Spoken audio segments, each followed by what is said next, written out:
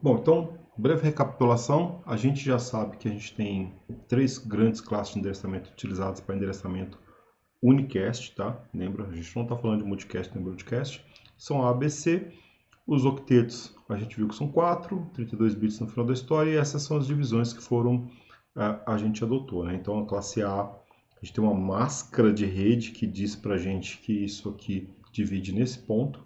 Na classe B, a nossa máscara de rede diz que a gente tem uma divisão entre rede e host aqui. E aqui a nossa máscara de classe C. A gente viu também, né, os limites de numeração, dadas aquelas restrições iniciais, né?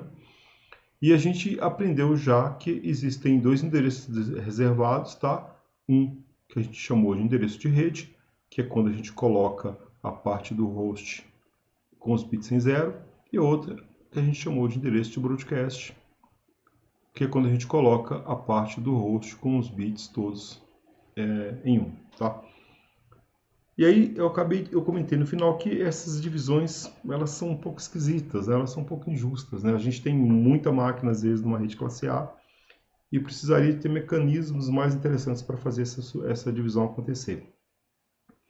Bom, qual que é a ideia então que está relacionada com o conceito de subnet?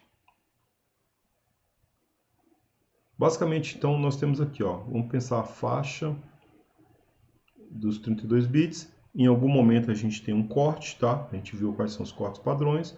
E aqui a gente tem a parte de rede e aqui a gente tem a parte de host.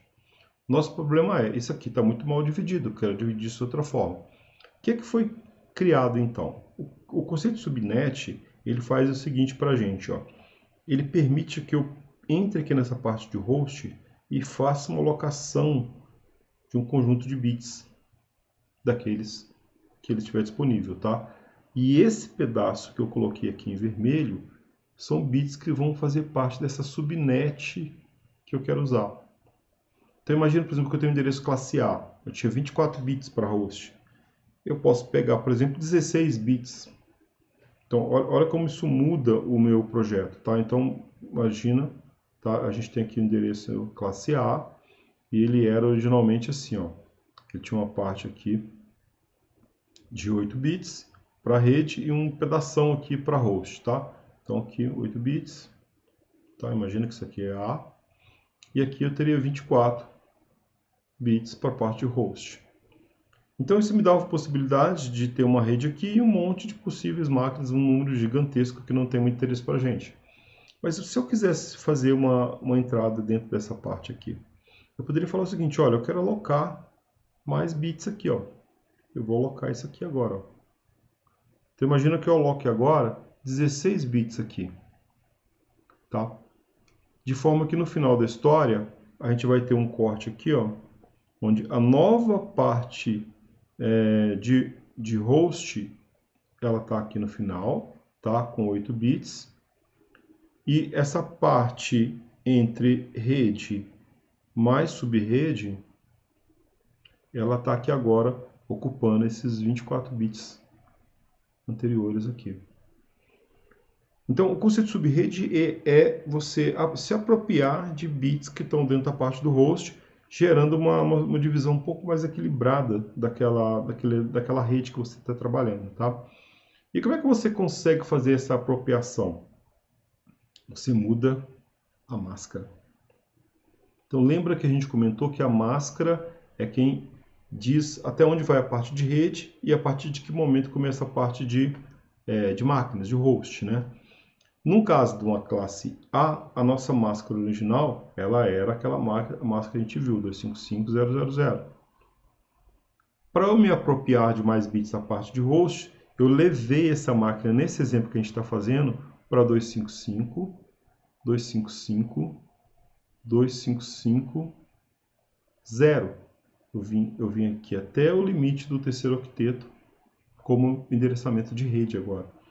Então, a partir do momento que eu troco essa máscara, eu consigo falar, olha, todo mundo que está nesse prefixo de rede, ou seja, até tá com os mesmos 3 octetos, eles estão fazendo parte da mesma rede.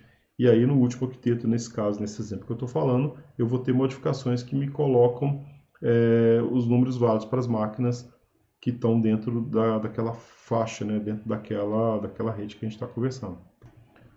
Vamos fazer um exemplo, acho que é mais ilustrativo. Então, imagine que originalmente eu tenho uma rede classe A. Opa, deixa eu mudar a caneta aqui. Imagina que a gente tem uma rede classe A e essa rede ela tem o seguinte endereço, ó, 10.0.0.0. É classe A, né? Ou seja, a máscara dessa rede é 255.0.0.0. Tá? E aí a gente viu que a faixa é aquela faixa gigantesca, né? Eu posso ter máquinas de 0.0.1 a 10, 255, 255, 254, porque o último número é o broadcast, ele é reservado, é o 10, 255, 255, 255. Bom, essa rede ela não é muito útil para a gente, né? A gente não vai pôr tantas máquinas juntas assim na mesma rede 10 aqui. Então o que eu vou fazer? Eu poderia entrar aqui nesses dois octetos e gerar inúmeros endereços de redes.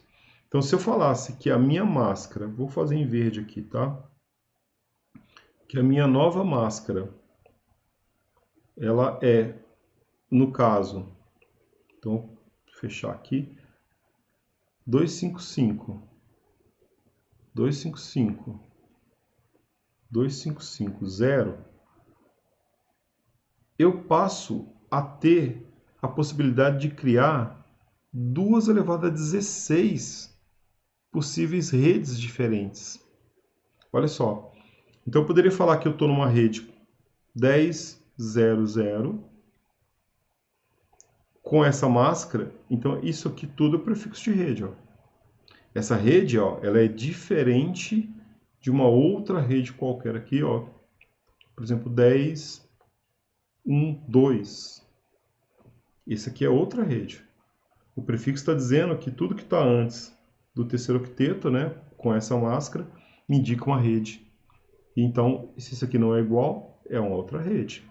Dentro dessa rede aqui, a minha faixa possível de máquinas é 10.0.0, que é o prefixo, primeiro número, a 10.0.0, que é o prefixo 254, que é o último número. E o broadcast 10.0.0, 255. Agora, olha do lado de cá. Se eu tivesse adotado a rede 10.1.2, então eu teria uma faixa, né, sabendo que a máscara é a mesma, tá? 255, 255, 255.0.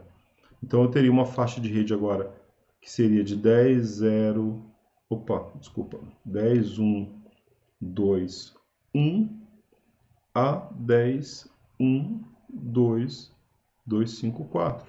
E um broadcast preserva a parte de rede 10.1.2.255. Então, nessa gerência que eu fiz aqui agora, o fato de eu adotar uma máscara maior do que a máscara da classe original, né, me deu a possibilidade de criar, de fato, 2 elevado a 16 redes diferentes. E é isso que, no fundo, acaba acontecendo, né? Os gestores de redes pegaram uma rede classe A, que, em teoria, tem muita máquina, e fizeram um uso de alguns bits dentro da parte de host para fazer uma divisão um pouco mais equalitativa disso, né? Então eles conseguem fazer uma criação de diversas sub-redes dentro de um grande espaço de rede original, tá? Vale lembrar que para cada divisão dessa, ó, ele está perdendo aqui duas coisas. Ele está perdendo um endereço de broadcast, né, e um endereço de rede. Então aquela rede original classe A, à medida que você vai dividindo, endereços reservados para cada divisão que você faz de rede broadcast, eles passam a existir e você tem que levar isso em consideração, tá? Uma coisa que é interessante comentar é que essa anotação que a gente usa, decimal separado por ponto, ela é bastante comum, mas existe uma outra notação que é bastante usual também, tá? Então eu posso escrever uma máscara, como a gente acabou de escrever, vamos pôr aqui uma máscara 255, 255, classe B típica, né? Aqui, ponto. Aqui eu tenho quantos bits em 1? Eu tenho 16 bits em 1. é comum a gente representar uma notação conhecida como CIDR, que é um acrônimo para Classless Interdomain Routing. E aí, como é que eu especifico essa máscara aqui, ó? Barra 16. Ou seja, eu tenho 16 bits em 1 e o resto em 0. Então, essa aqui é uma máscara que eu posso falar que ela é barra 16, tá? Ou se eu tivesse uma máscara desse tipo aqui, ó, 255000. Isso aqui é equivalente a eu escrever máscara barra 8. Tenho 8 bits aqui em 1, tá? Então você pode falar o seguinte, ó, o endereço dessa máquina, por exemplo, é 172.16.0.5 com máscara, sei lá, 24. Então aqui eu teria uma máscara no fundo, que é 255,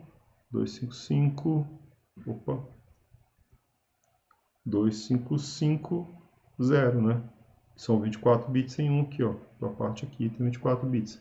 Só que você consegue, né, abreviar, colocar tudo de uma forma só usando a notação CIDR, tá? A notação CIDR é muito usada. Então, lembre-se que a lógica vem da quantidade de bits em 1 que eu tenho, representado com barra alguma coisa, tá? Em IPv6, vocês vão ver que a forma de representar a máscara é com CIDR. Até porque o número passa a ter 128 bits, ia ficar meio complicado, tá? Essa notação de decimal separado por ponto, ela não é mais usada em IPv6, né? A gente tem outra forma de representar isso. No futuro a gente volta nisso para entender como é que funciona, tá? E a gente cai num ponto interessante. Só existe quebra no octeto para máscara? Não. Essa quebra pode acontecer em qualquer momento, tá? Então, a gente não precisa necessariamente ter uma quebra no octeto. A regra continua sendo a mesma. Só que agora talvez você tenha que pensar um pouquinho mais, tá? Então, olha só. Imagina que eu coloque esse endereço de rede aqui, ó, 210, 550. E originalmente você tenha a máscara tradicional da classe C, 255, 255, 255.0, tá? A gente já entendeu que isso aqui vai me dar uma faixa de endereços que é 210.5.1 até 200.210.5.254, né? E um broadcast reservado que é o 210.5.255. Legal. Bem tranquilo, por quê? Porque a máscara termina junto com o octeto, é mais fácil de ver. Então, se a gente pensasse aqui, eu teria... na realidade, eu tenho aqui 256 números menos 2, tá? Que são números válidos de IP aqui dentro, tá? Então, esse conjunto aqui, 254 números possíveis aí de endereçamento. Reserva para rede, reserva para broadcast, os outros eu posso usar. Agora, e se eu tivesse que representar isso aqui para uma subnet, tá? Então, vou trocar aqui de cor novamente. Imagina que eu queira pegar esse conjunto de 256 possíveis números aqui, né? Menos os que são inválidos, são reservados, e fazer uma divisão aqui, ó. Imagina que eu quero dividir em 2 pedaços. Pode ser uma questão de gerência sua. Você comprou, por exemplo, um grupo de IPs e você quer dividir em 2 redes diferentes. Você pode fazer isso. Tá? O grupo é seu, você faz o que você quiser com ele. Mas para eu fazer essa divisão aqui, então eu teria que partir esse conjunto no meio.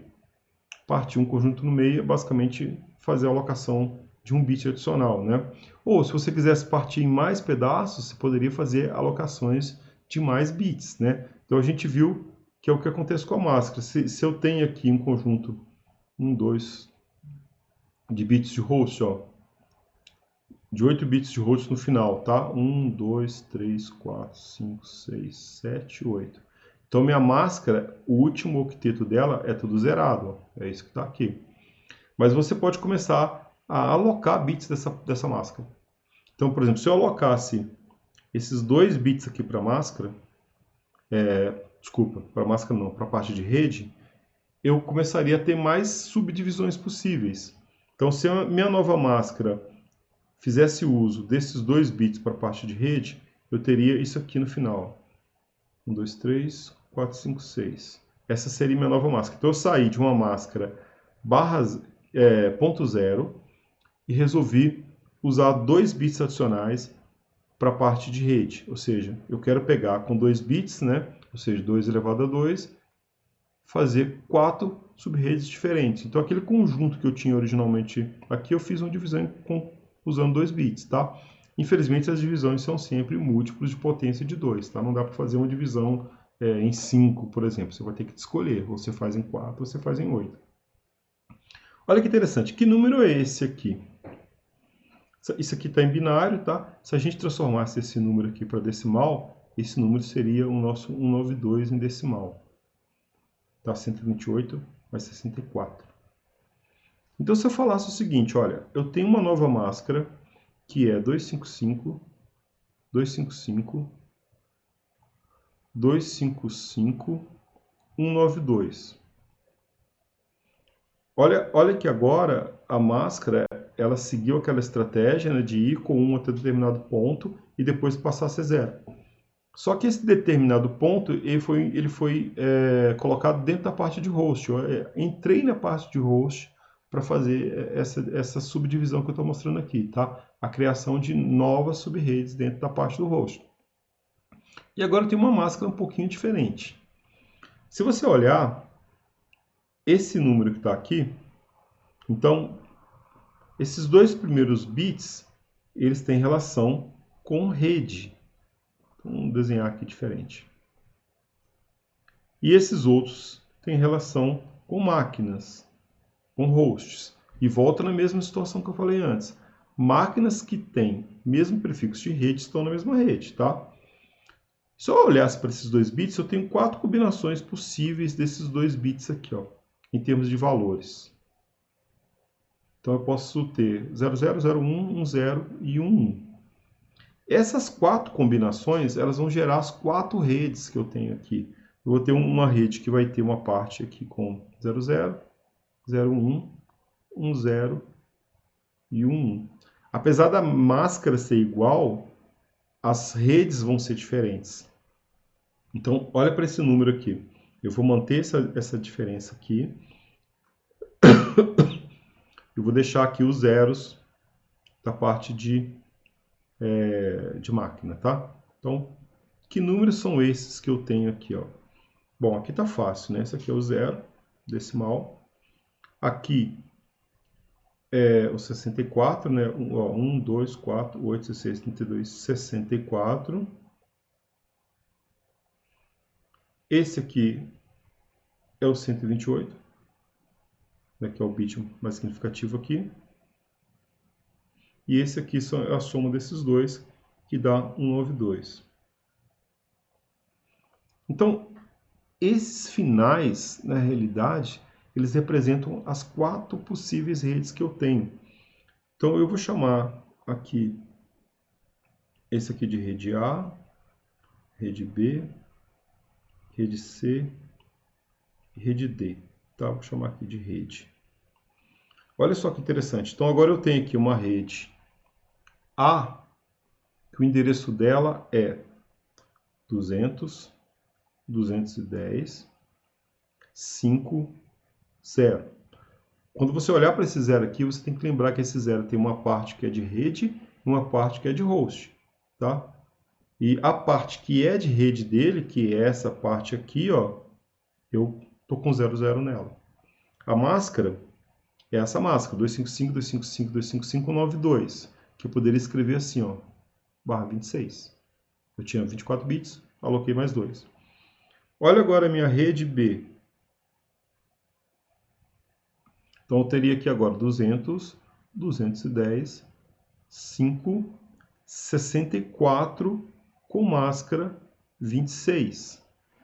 Então, essa máscara está me dizendo que eu tenho uma faixa que começa em 64 e ela vai até 127, tá? Que é o final dessa faixa. Eu tenho aqui também, então, uma rede C, ó. Qual que é o endereço da rede C?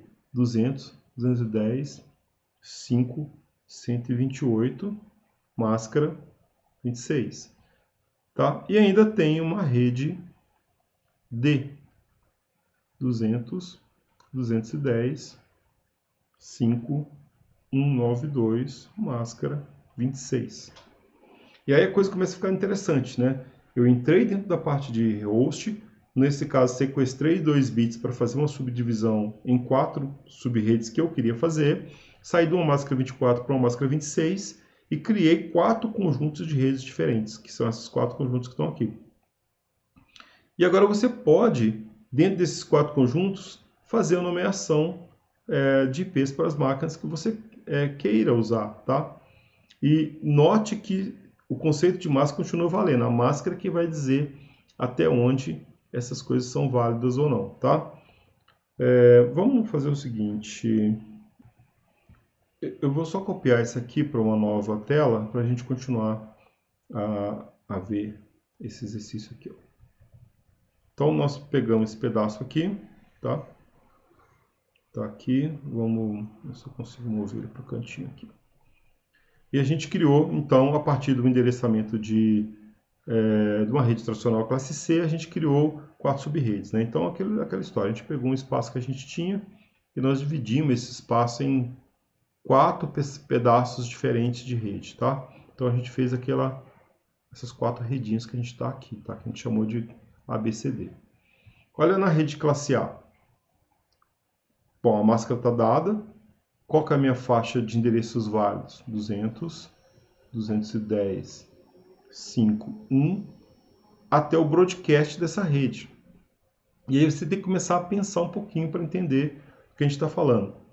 Vou abrir o último octeto somente, tá? Então o último octeto aqui é barra 26. Então a minha máscara no último octeto, ela é 11000000. Tá, a gente já viu, né? Esse aqui é o equivalente ao 92, né? Que a gente está discutindo. Bom, como que é o meu endereço aqui da rede no finalzinho? 0, né? Então, a gente teria aqui 00, 00, 00, 00. E qual que é a regra que a gente tem? Endereço de broadcast é parte de rede em 1. Então, a gente sabe que a rede, ó, ela vem até aqui. A gente aprendeu isso. Então, como é que eu vou chegar no endereço de broadcast? Eu vou manter a parte de rede e colocar em 1 a parte de host. Então, esses 6 bits aqui, ó, eu coloquei em 1. Esse número aqui, ele é 1, 2, 4, 8, 16, 62, 64, ou seja, ele é o 63 decimal. Então, eu consigo concluir que 200, 210, 5, 63 é meu endereço de broadcast para essa rede. Olha para essa outra aqui. Ela é diferente. Ela é 64. Então, se a gente colocar aqui 64 em decimal, em binário, a gente vai chegar nesse número aqui, né? 01, 00, 00, 00. Esse é o final da nossa rede, tá? Nossa máscara, ela tá aqui também. Nossa máscara é o 92, né? É o final daquele endereço, né? Tá, essa aqui é rede, isso aqui é máscara. Ou seja, ela é 11, 00, 00, 00. Qual que é o conceito? Endereço de rede, ele é manter a rede e colocar em 0 a parte host. Endereço de broadcast, manter a rede e colocar em 1 a parte host, tá? Então, ó, aqui termina a parte da rede, por causa da máscara que eu estou usando, tá? Então, de fato, isso aqui é o endereço de rede, né? Porque está em 0 aqui na frente. Mas qual que é o meu endereço de broadcast nessa história toda? Manter a parte de rede 0, 1 e levar para 1 a parte do host. Esse é o meu número. Esse número aqui é 127. Tá? 128 menos 1. Então, isso aqui é binário, tá? Então, essa segunda rede, o broadcast dela é 200, 210, 5, 127. A faixa dele aqui, eu esqueci de colocar, tá? 200, 210 aqui termina até 62, né? A faixa desse cara, então, essa rede é 200, 210. Então, endereço de rede mais 1, ou melhor, 5, 65, até endereço de broadcast no fundo menos 1, né? 200, 210, 5, 126. E o nosso broadcast nessa rede, já coloquei ele em cima, é o 127.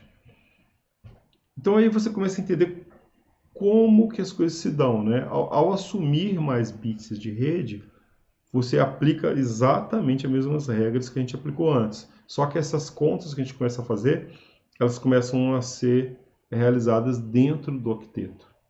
Então não dá mais para fazer aquelas contas simplificadas. A gente tem que levar em conta esse processo de operação do octeto, ok? Bom, então a gente pode terminar isso aqui, mas a ideia é basicamente essa, né? A gente precisa observar os limites e aplicar as regras que a gente já aprendeu, né? Nesse caso, só para finalizar então, né, a gente sabe que o broadcast dessa rede aqui, se a gente fizer a mesma conta, né, ele vai ser o 200, 210, 5, 191, e a faixa a gente vai entender que vai ser de 129 até 190, né, que são os limites dessa rede, 210, 5, 129 a 200, 210, ficou ruim aquele número ali, né? 190. E essa última, o broadcast, é o último endereço válido, né? No caso, o único possível dessa rede, que é o 200, 210, 5, 255. E a faixa, ele vai de 200, 210, 5, 193 a 200, 210, 5, 254, né? Que é o broadcast menos 1. Então, parece um pouco confuso, talvez até seja no primeiro momento, a gente vai trabalhar isso em termos de exercícios, tá? Mas quando você entende que tudo basicamente é a mesma regra, você começa a ter o poder de pegar suas redes e colocar computadores em redes diferentes, tá? Então, especificamente nesse caso, a gente saiu de uma rede que eu teria que interligar todo mundo, né? Ou seja, em teoria eu teria que colocar um elemento de interligação, por exemplo, um switch, né? Nós vamos fazer uma aula só sobre equipamentos de rede, e aí todo mundo ia ter que estar junto aqui. Esse aqui está aí todo mundo da mesma rede com a rede que seria barra 24, né? Todo mundo da rede 210.5.0. E nós mudamos isso para uma nova topologia de rede, onde eu posso ter redes independentes, né? Eu posso, por exemplo, ter 4 switches, um em cada de uma rede, todos em unidades diferentes. Posso ter um roteador interligando essas redes, tá? Vou chamar de roteador. Então, meus switches agora estão interligados nesse roteador. E cada rede dessa aqui eu tenho os computadores que estão válidos dentro dela. Quais são as faixas válidas para cada computador? São essas que a gente acabou de calcular aqui. Então, esse é um tipo de ação que é muito comum, porque você sai de uma estrutura flat, você precisa fazer uma hierarquia, você precisa fazer uma subdivisão, você precisa separar um departamento comercial, você precisa criar redes, por exemplo, de controle e redes de supervisão ou de segurança dentro da sua indústria. É muito comum separar fluxo de segurança com fluxo de controle. Então você começa a ter esse poder de pegar uma faixa que foi sua, que te foi delegada, e trabalhar com ela da forma que você considerar como mais adequado para a sua aplicação, tá? No exercício, talvez, a gente melhore o entendimento disso tudo. É interessante a gente comentar que tem faixas reservadas para uso dentro de cada classe, dentro da sua intranet. Então, em teoria, os IPs que a gente usa são IPs que são atribuídos pelo seu ISP e vem daquela estrutura que a gente viu. Então, quando você, provavelmente, se você pegar a sua rede caseira, o seu provedor de acesso está te dando um IP válido para navegação na internet, tá? Agora, existem faixas que são para uso interno, são IPs que não são válidos na internet. Ou seja, se você tem um roteador da internet, ele recebe um pacote que tem um IP desses que eu estou dizendo, esses pacotes vão ser jogados fora, né? Eles vão ser dropados, tá? Na rede classe a faixa reservada é a rede 10. Então, a rede 10, qualquer coisa, /8, é um endereço reservado para uso interno, tá? Esse não é um endereço roteável na internet. Você não pode endereçar uma máquina na internet com esse número. Isso vale dentro da sua instituição. Depois vamos ver como é que a gente faz para resolver esse problema, né? Se ele não é válido, como é que eu consigo navegar e fazer tudo, né? Se vocês já tiveram curiosidade de olhar isso na UFO, vocês vão ver que na rede sem fio da UFO, vocês vão ter um endereço que é 10 alguma coisa, né? A gente volta daqui a pouquinho. Na classe B, a faixa reservada é 172.16.00 até 172.31.00, tá? Aí vamos pôr máscara 16 bits aqui, ó. 255.255.0. E na classe C, a gente tem, na realidade, uma faixa maior, tá? O 92 é maior, uma faixa diferente um pouco em termos de máscara, tá? Mas que é 192.168.00 até 192.168.255.0, tá? Então esse aqui /24. Tenho certeza que vocês já viram esse endereço. Esses endereços aqui talvez sejam os menos comuns a gente encontrar por aí, mas esse endereço que começa com 10 ou com 92168, com certeza vocês já devem ter visto, porque são muito usados, né, nos nossos roteadores domésticos ou mesmo dentro da área comercial e indústria, tá? E, voltando, esses endereços você pode usar nas suas máquinas, mas você não pode usar na internet. Esses não são endereços válidos na internet porque eles são jogados fora, né, esses pacotes com esse endereço. Qual que é a ideia disso? Originalmente, a gente está brigando com esse espaço de endereçamento IPv4 faz muito tempo, então já tem vários anos que ele vem reduzindo. Uma das ações tomadas no passado para evitar que ele acabasse rapidamente foi criar um equipamento que eles chamaram na época, né, de NAT, que é um tradutor de endereço de rede, Network Address Translation, tá? Então, o que um aparelho que faz NAT faz? Ele tem de um lado dele uma coisa que a gente chama de intranet, que pode ser feita com endereços reservados, tá? Para classe A, B ou C, tanto faz. E do outro lado dele, a gente tem a nossa extranet, ou podemos também chamar isso aqui de internet, né? A nossa conexão com a internet. E aqui a gente precisa de números que são válidos, aqueles números que vieram lá pelo IANA, que tem faixas reservadas, etc. Então aqui para frente a gente vai ter a nossa intranet aqui, a internet aqui, ó. Nossas máquinas estão aqui, tá? Nossos hosts que a gente quer acessar, sites que a gente quer acessar estão aqui para frente, tá? E aqui para trás está a nossa rede local, doméstica, possivelmente, tá? Nossos computadores estão aqui, nossos notebooks, celulares, dentro do nosso domínio aqui de controle.